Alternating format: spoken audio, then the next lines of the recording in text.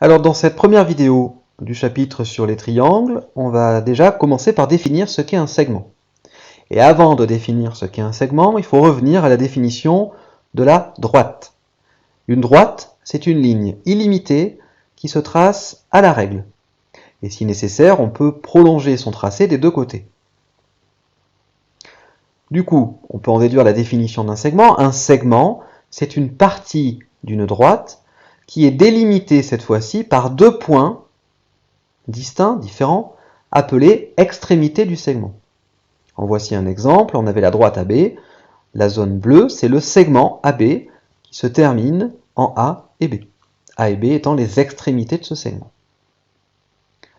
Alors, pour la notation, on va noter AB entre crochets, pour bien montrer que c'est fermé en A et fermé en B, ou BA, peu importe le sens dans lequel vous lisez votre segment. Cette notation va désigner le segment d'extrémité A et B. Attention, le nom d'un segment est toujours entre crochets, ça c'est important.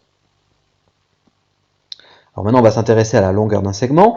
On peut mesurer la longueur d'un segment à l'aide d'une règle graduée.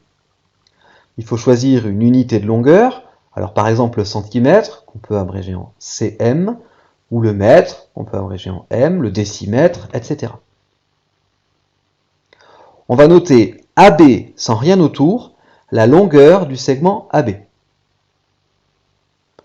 On dit aussi que la longueur du segment AB, c'est la distance du point A au point B.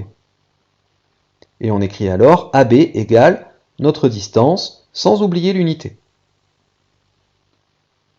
Et on va toujours coder les segments de même longueur par le même signe. Deux petits traits, un petit rond, peu importe. Chaque fois que deux segments auront le même signe l'un et l'autre, cela signifiera qu'ils ont la même longueur.